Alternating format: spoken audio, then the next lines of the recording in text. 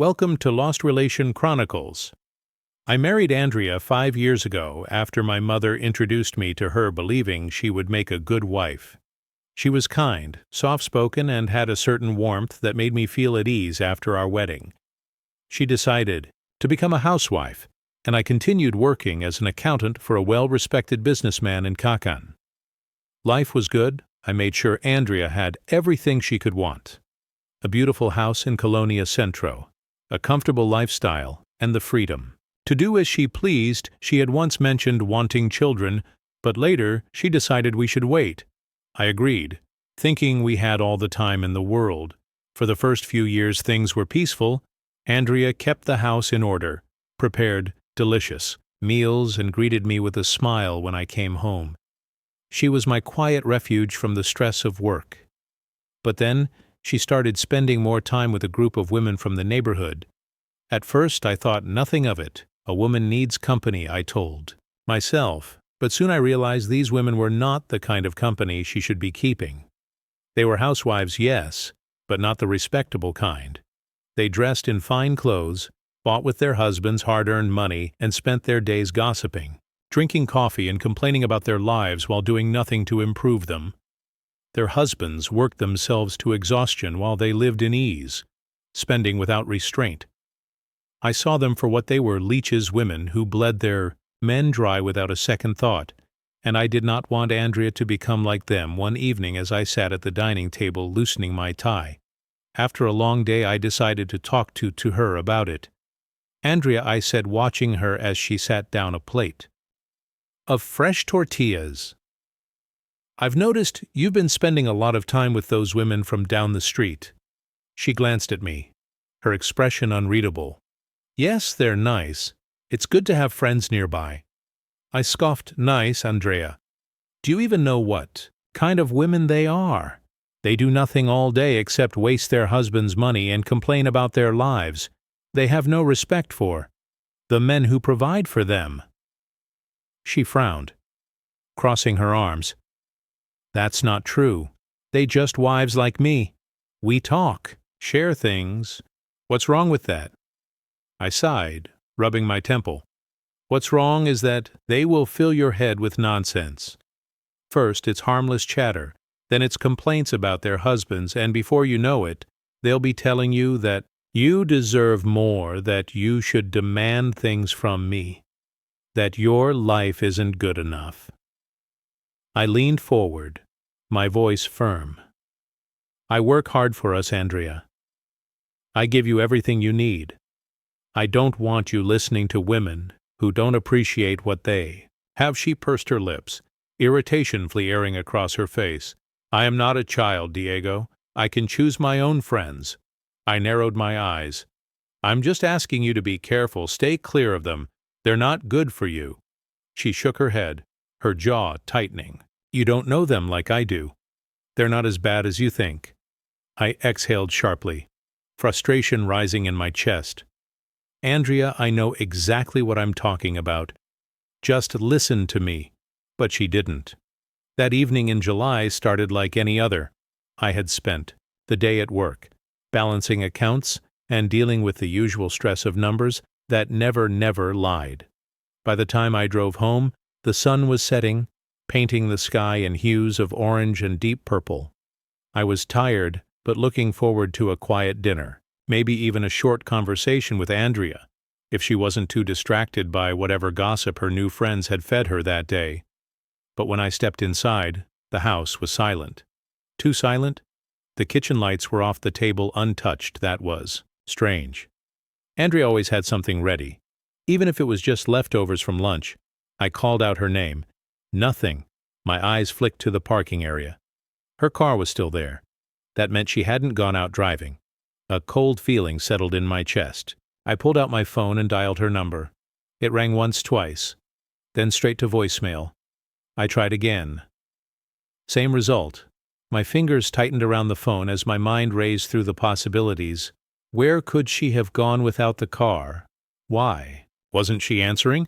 I waited. Minutes turned into an hour, then 2 by 11 a.m. I was pacing near the front door, my frustration boiling over into anger. And then just as I was considering calling someone, though I had no idea who there was, the sound of heels clicking unevenly against the pavement outside, I opened the door, and there she was. Andrea stood there, swaying slightly, a lazy smile curling her lips. She was dressed in something I had never seen before, something that barely covered her body. The fabric clung to her like a second skin, cut low in the front short. At the hem, her makeup was smudged, her hair a mess, and worst of all, she reeked of alcohol. "Diego," she slurred, grinning at me, as if this was the most natural thing in the world. Her breath carried the sharp scent of tequila mixed with something else. "And then I smelled it, cheap Menk cologne, not mine. Where the hell have you been?" I asked, my voice low and steady, though my blood was running hot. Andrea giggled, leaning against the doorframe, as if her legs could barely hold her, my puny accountant. She purred, reaching out to pat my cheek with unsteady fingers, led me to the bed so I can rest. I stared at her, every muscle in my body tight with restraint. I wanted to shake her to demand answers, but I could see that she was in no state to talk, so I said nothing. I took her arm and guided her inside, barely able to stand the scent clinging to her skin. She let herself collapse onto the bed with a contented sigh, already half asleep.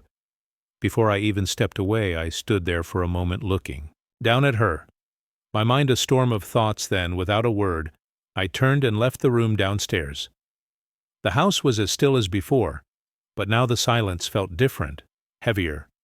I needed answers. I grabbed Andrea's phone from the counter, where she had carelessly dropped it. She never had a lock on it, never needed one. My fingers moved quickly as I opened her messages, then her social media accounts, and that's when I saw them. Messages from a man named Juan. Explicit nasty, they were sexual in nature. I couldn't sleep that night, lying in the guest room staring at the ceiling. My mind kept replaying those messages, those disgusting words that another man had sent to my wife, and worse, her eager responses. My fists clenched under the covers as I imagined them together, her wearing that dress, smelling like him. I wanted to scream, to break something, but I wouldn't give her the satisfaction of seeing me lose control. No, I would handle this my way. Morning came, and I forced myself. Through my usual routine, I showered, shaved, dressed for work. As if it were any other day, I needed to be composed. I couldn't let her think she had any power over me. As I stood in the kitchen making my breakfast, I heard her footsteps approaching. She walked in looking fresh, untouched by the previous night's filth. Her hair was still messy, but she had cleaned her face, washed away the makeup and the smell of alcohol. She moved casually as if nothing had happened, and sat down at the kitchen table, stretching like a lazy cat. "Hey, honey, make me a coffee," she said, her voice smooth, almost amused. I turned, slowly setting down my mug. My eyes met hers, cold and unyielding. "Why don't you call Juan on and ask him to make you a coffee?" I said, my voice calm, deliberate for a second. She froze just a second. Then she smiled a slow, knowing smile. "So you know?" she murmured. She tilted her head slightly. "Did you check my phone?" "I guess, yes, I didn't respond. I didn't need to." She sighed, almost as if this was boring her. "You know, honey, if I call him here, then you will not be here." She leaned forward, resting her chin on her hand. "So you will treat me nice, like you have done so far, and I will continue to be nice to you else. My love, I will make your life hell." I laughed softly, shaking my head. This woman, the woman I married, thought she could threaten me, thought she could manipulate me into tolerating her filth. I turned to her, my smile matching hers, but my eyes held none of the warmth they once did. "I'm going to the office. I'll return at 5 by that time. Pack your bags and be gone. Do I make myself clear?" Andre's eyes darkened, the amusement vanished, replaced by something colder. Her lips curled, but she forced another smile. "So it's going to be this way?" I held her gaze, wavering. "Yes, it is going to be this way." The day at the office dragged on longer than usual. No matter how much I tried to focus on the numbers in front of me, My mind kept drifting back to Andrea, to her smug smile, to the way she had looked at me, as if I were some fool she could toy with. My hands kept clenching into fists, and I had to force myself to loosen them before someone noticed. But someone did. Matto, my colleague, and one of the few people I actually trusted at work, had been watching me all morning. He finally pulled me aside just before lunch and motioned for me to step outside. "Come on, Diego, Letton, grab a smoke," he said. I hesitated, then nodded. Maybe some fresh air would help clear my head outside. The midday sun burned down on us as I leaned against the wall and lit a cigarette. Matto did the same, exhaling a cloud of smoke before glancing at me. "You look like hell, man. What's going on?" I took a long drag, letting the nicotine calm my nerves, then exhaled slowly. "It's Andrea," I muttered. "Sheck cheating on me." Mateo's brows furrowed. He muttered, "You sure?" I let out a bitter chuckle. "Yeah, I'm sure. Saw the text myself. Some guy named Juan." He shook his head. "Taking another drag, bastard." I nodded, looking down at the pavement. "She doesn't even deny it. She threatened me this morning. Said, if I don't treat her nice, she'll make my life hell." Matto let out a low whistle. "Damn, man, that's rough." He flicked his cigarette to the ground and crushed it under his shoe. Then he looked at me, his expression unreadable. "Don't worry, Diego, I'll see what I can do." I frowned. "What do you mean?" He just clapped a hand on my shoulder. Trust me, I didn't press him further. I wasn't sure I even wanted to know what he meant. Somehow I managed to get through the rest of the workday, though every second felt heavier than the last when 5 hour finally came. I grabbed my things and headed out the drive home. Felt endless. My mind kept racing with possibilities. Would Andrea be gone, or would she be waiting for me, ready to unleash whatever twisted game she had planned? As I turned onto my street, my grip on the steering wheel tightened. There, parked in front of my house, was an old rusted pickup truck. I felt my pulse quicken. I parked behind it and went in. The moment I stepped inside, I barely had time to register. The dim lighting before something heavy crashed against the back of my head. Pain exploded in my skull and the world spun violently. I stumbled forward, gripping the back of my head, but before I could regain my balance, fists and feet rained down on me. I hit the floor hard, curling up to shield myself from the relentless assault. A boot connected with my ribs, knocking the air out of my lungs. Another blow struck my temple, and the edges of my vision blurred. Someone laughed, a deep, mocking sound. Just before darkness swallowed me whole. When I woke up, my head throbbed, my mouth was dry, and my arms and legs were bound tightly to a chair. I tried to move, but the ropes cut into my skin. A gag stretched across my mouth, the bitter taste of cloth filling my senses. Then I saw her. Andrea stood in front of me. Her lips curled into a smirk. She was nearly naked, wearing only a thin scrap of fabric that barely covered anything beside her. A man stood just as bare, his muscular body covered in tattoos. He exuded raw arrogance. His dark eyes filled with amusement as he watched me struggle. Andrea chuckled, tilting her head. "Look who's awake," she said. "You took quite a beating, honey." I glared at her, my breathing ragged. She stepped closer, resting a manicured hand on the mank chest. "I told you, Diego, be nice to me, and I'll be nice to you." She gestured towards the man beside her. "Meet one." I clenched my fists, feeling the ropes bite into my skin. Andrea's eyes gleamed. "One. Here controls Colonia Crow.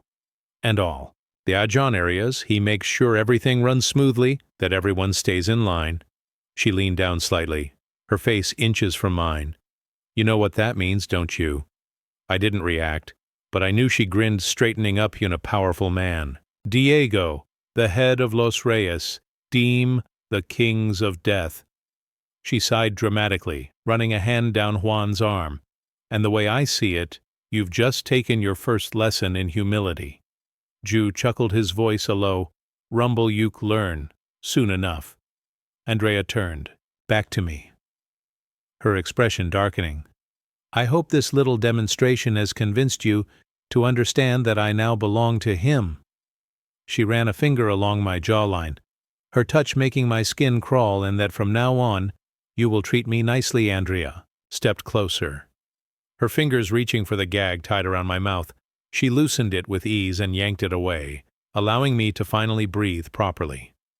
I coughed, spitting out the blood that had pulled in my mouth, the metallic taste lingering. On my tongue, my jaw ached, but I refused to show any weakness. Andrea smirked. "That's better," she purred, leaning in closer before I could react. She pressed her lips against mine, her kiss tasting of cheap alcohol and cruelty. I didn't move, didn't respond. She pulled back, her eyes gleaming with amusement now. For the second lesson she turned away from me, sauntering back to Juan, her hips swaying with exaggerated purpose, grabbed her without hesitation, his hands roaming over her body right there in front of me. They began their act, moaning, touching, lost in their own twisted pleasure. Andrea gasped dramatically and looked over her shoulder at me. "Watch me make love to a real man," she said breathlessly. "Do you like what you see?" I kept my face, emotionless, my breathing slow and controlled. I wouldn't give her the satisfaction. Annoyed by my silence, Andrea pulled away from Juan and stormed back toward me. She raised her hand and struck me. AC crossed the face, the sharp crack echoing through the room. My head snapped to the side, but I didn't. "Flinch, speak, you puny accountant," she hissed. I looked up at her, my eyes burning with quiet fury, but I said nothing. Ju laughed, stepping forward. "Tough guy, huh?" He cracked his knuckles. "Let's see how much fight you've got left." The first punch landed in my gut, knocking the air from my lungs. Another hit smashed into my ribs, then another. I lost count of the blows as pain exploded through my body.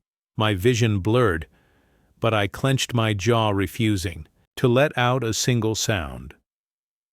Darkness swallowed me again. When I came to, the first thing I noticed was the cold. My body ached, my head throbbed, and a sharp pain shot through my ribs with every shallow breath I took.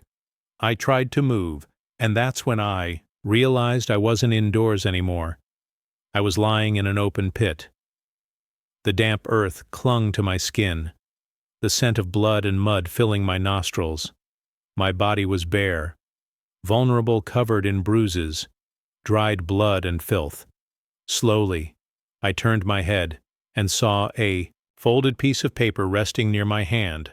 I forced myself to sit up, biting back the groan that threatened to escape my lips.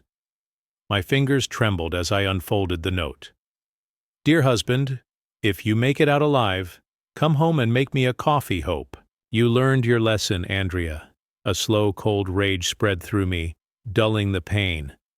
I clenched the letter in my fist and looked up at the walls of the pit. It wasn't deep enough to keep me trapped, but my body protested with every movement as I dragged myself up. My fingers scraped against the rough dirt. My legs trembled, but inch by inch I climbed out.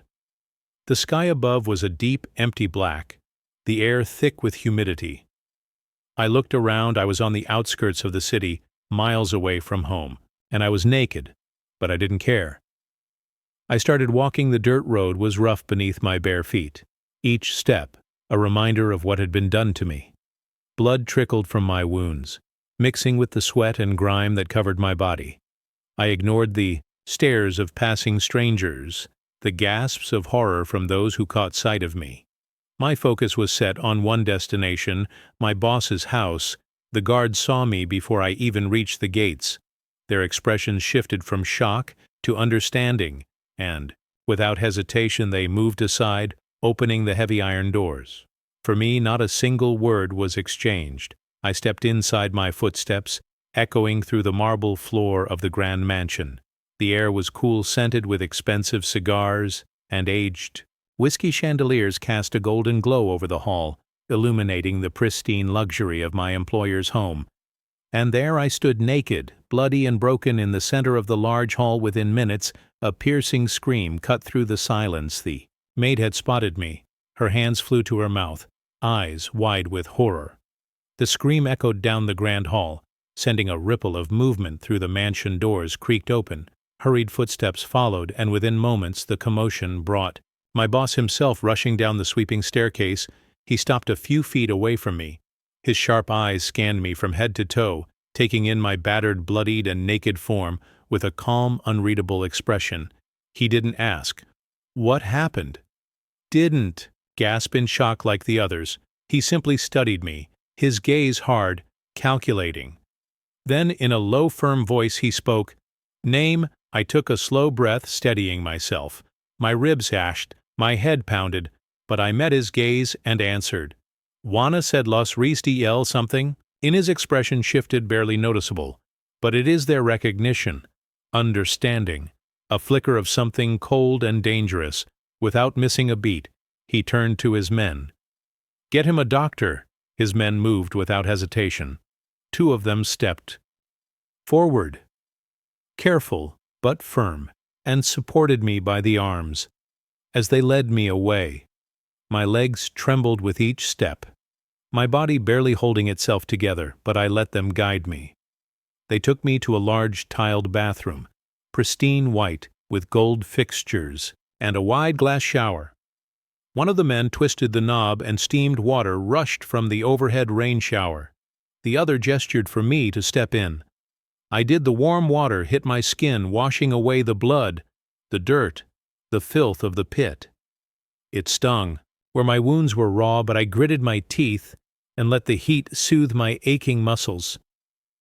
My vision blurred slightly from exhaustion, and if it weren't for the two men gripping my arms, I might have collapsed right there. I didn't speak neither, did they? By the time I stepped out, my skin was clean, but the bruises and cuts were even more pronounced. Someone had brought a fresh towel, and I wrapped it around my waist as they helped me to a room. The doctor arrived shortly after, a middle-aged man with sharp eyes and a non-nonsense demeanor. He knelt beside me. Examining my injuries with experienced hands, he checked my ribs, felt for any fractures, and tested my reflexes. His touch was firm but careful. "You're lucky," he said after a moment. "No broken bones, just deep bruising. And a few cuts. You need rest." He reached into his bag, pulling out a small bottle of pills. "Take the for the pain." I nodded as he handed them to me. A few hours passed in a haze of pain and exhaustion. The painkillers dulled the worst of it, but my body still ached, a deep pulsing reminder of what had been done to me. I lay there staring at the ceiling, the events of the past day playing over in my mind like a film I couldn't turn off.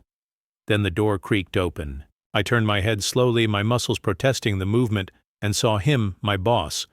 He stepped inside with his usual air of quiet authority, his tailored suit pristine, his expression calm without a word.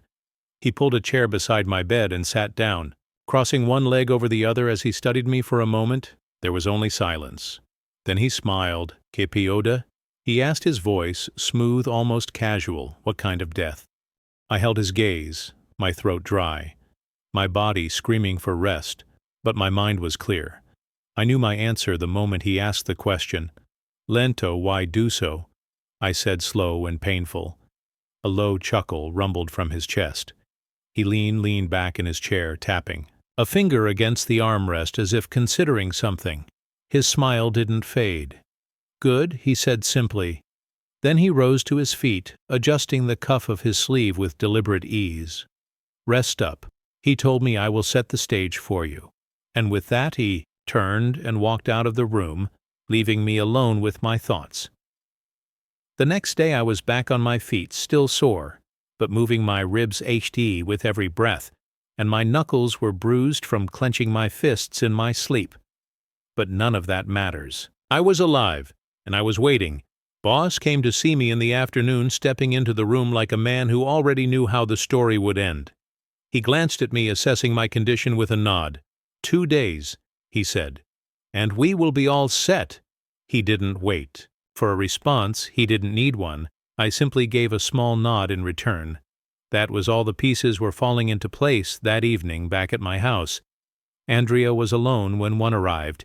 He let himself in, his usual cocky demeanor. Stripped away, he looked unsettled. His movements sharp, his eyes scanning the windows as if expecting something to come crashing through at any moment. Andrea, draped lazily over the couch, raised an eyebrow. "What's with you?" One exhaled sharply, running a hand through his hair. "Something's wrong. Some big cartel boss has put a hit on my man." He gritted his teeth. "Some of my boys have quit. Others have been killed. It's like someone's hunting us." Andrea sat up a little, frowning. "So what does that mean?" Wonk's jaw tightened. "It means we need to lay low for a while." There was a pause, the weight of his words settling in the air between them. Then Juan turned to her, his gaze sharp. "Has your husband come back?" Andrea smirked, waving a dismissive hand. "Please.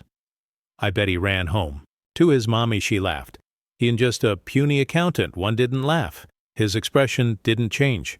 "What did he say he did for work?" he asked Andrea. "Shrugged some accounting firm, I don't know. He mentioned his boss once. Some guy named M.A. something." She waved her hand. Vaguely. "I don't remember. One SFF." His breath hitched for just a second, but Andrea noticed he turned to her slowly. "Mesa," he repeated. Andrea frowned. "Yeah, why?" Wonk's face darkened. "Is he a cartel boss?"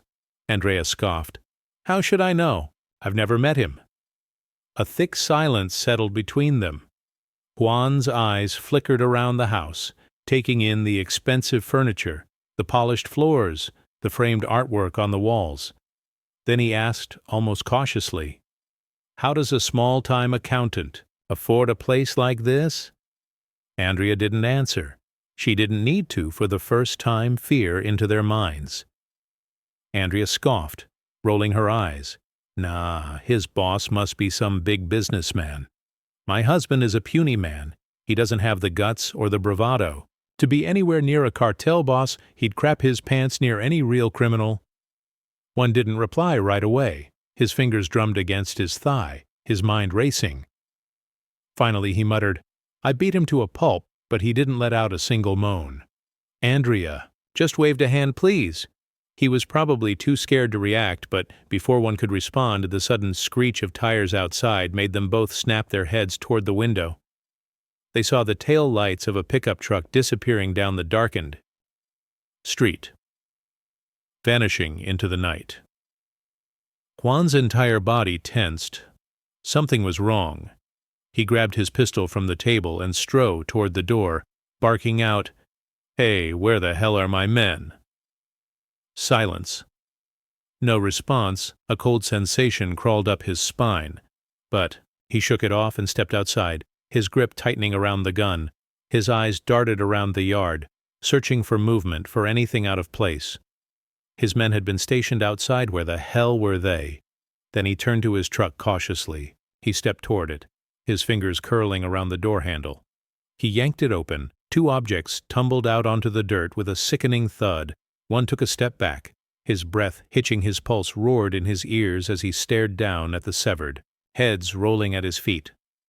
Both his men, decapitated, their dead eyes stared up at him, lifeless and hollow. Their heads had been left as a souvenir. Ju's face turned pale as he stumbled back into the house, slamming the door behind him. His chest heaved as he locked eyes with Andrea. His usual arrogance replaced by sheer panic. "Grab whatever you can. We need to leave. Now." Andrea frowned. What's going on?" Juan grabbed her wrist, his grip tight. "Don't ask. Just do it." Something in his tone made her swallow her protests without another word. She rushed to the bedroom, yanking open drawers and stuffing a small bag with whatever she could, clothes, jewelry, cash. Her hands trembled as she zipped it up. They bolted out the door, one clutching his pistol, scanning the darkness. The two severed heads still lay on the ground by the truck, blood pooling in the dirt. Juan's jaw clenched as he shoved Andrea inside and jumped behind the wheel. Turning the ignition with shaky hands, the truck roared to life, and he floored tires, screeching as they sped down the road for a moment. There was only the hum of the engine and Andreas, panicked, breathing beside him. But then in the rearview mirror he saw them 2 black SUVs trailing them like shadows. One muttered, gripping the wheel tighter. Andrea twisted in her seat, eyes wide. "Who are they?" One shouted, "People we don't want to meet." He slammed his foot on the gas, the truck lurching forward, but the SUVs kept pace, their headlights glaring like hungry wolves. Andrea clutched her bag to her chest, voice shaking. "Do something! I'm trying!" Ju snapped, swerving onto a side road, trying to lose them. The truck jolted over the uneven dirt, but the SUVs stayed right behind, relentless. Then, out of nowhere, a pair of blinding headlights appeared from the side. Andrea barely had time to scream before the impact hit a massive truck rammed into them from the left, metal crunching against metal. Their truck spun violently, rolling over with a sickening series of crashes. Glass shattered. Andrea's scream was cut short, and Juan cursed as they tumbled like rag dolls when the wreck finally came to a stop. Juan groaned, pain shooting through his body. Dazed, he pushed open the broken door and stumbled out, dragging Andrea with him. But as soon as they got to their feet, they froze. They were surrounded. Figures emerged from the darkness. Armed men in black, their faces expressionless, their weapons ready before one could reach for his pistol. Someone stepped forward and cracked him across the face with the butt of a rifle. He collapsed to his knees, blood dripping from his mouth. Andrea shrieked, trying to run, but rough hands grabbed her, yanking her back. "No, let me go," she screamed, thrashing. But the men held firm. One spat blood, glaring up at the shadowy figures. "Who the hell are you?" No answer. They were dragged toward one of the waiting SUVs. Their hands were tied behind their backs with ties, their faces covered with huge black bags. The doors yanked open, and then they were shoved inside. The doors slammed shut. The SUV drove off. The SUV rolled to a stop, its tires crunching against gravel. The doors swung open, and rough hands grabbed Juan and Andrea, dragging them out and tossing them onto the ground like discarded trash. Andrea whimpered, coughing as dust filled her lungs. One groaned beside her, his body still aching from the crash. Their heads were covered with thick, black bags suffocating them in darkness, but within seconds those 2 were ripped away, blinking against the harsh lights. Andrea and Juan found themselves in an open courtyard, surrounded by men in dark suits. The air was thick with the scent of gasoline and something metallic, blood, perhaps. And then in front of them stood a man in a pristine white suit. He was elegant, almost out of place in such a grim setting. A smile stretched across his lips, but his eyes held no warmth. "Welcome," he said, his voice smooth, almost amused. "I was waiting for you." Andrea shuddered as he stepped toward her, his polished shoes clicking against the ground. He extended a hand, helping her up with an unexpected gentleness. "You must be Andrea," he said, tilting his head slightly. Diego's wife, Andrea, stiffened her mind, racing the way he said Diego's name. It wasn't just recognition, it was reverence. Then the man turned to Juan, who was still kneeling on the ground, his face pale and slick with sweat. "Do you have any idea who Diego is?" he asked, crouching slightly, looking directly into Juan's terrified eyes. Juan swallowed hard but said nothing. The man chuckled and stood up, brushing imaginary dust off his white suit. "He is the most important man to me," he continued, his voice steady. "Diego is my accountant. He ensures that every risk I take, every investment I make is worth every penny. He watches over my fortune, keeps my enemies from stealing from me." His smile faltered for a brief second, his eyes darkening. "And do you understand what happens? If someone disrupts that balance, one's breathing grew ragged." He understood. Now this wasn't just any man. The stranger straightened his jacket, smoothing out the fabric before flashing another cold smile.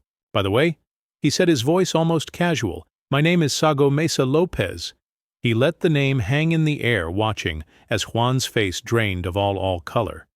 "You must have heard about me." Juan's lips parted, but no words came out. Santiago chuckled, his expression filled with cruel amusement. "I love making soup." Juan was on his knees, his hands trembling as he clasped them together, his voice shaking. "Please forgive me." He begged I made a mistake. Juan Ian was on his knees, his hands trembling as he clasped them together, his voice shaking. Please forgive me. He begged I made a mistake. Andrea turned toward him, confusion clouding her face, but as she turned back, her breath caught in her throat. There, standing beside Santiago, Mesa Lopez, was Diego. He moved, with a slight limp, the remnants of the brutal beating he had endured still evident in his stride. Yet despite the pain, there was a quiet, unnerving composure about him. His expression was void of emotion, his gaze cold and unreadable. Andrea felt her stomach twist. This was not the Diego she had known.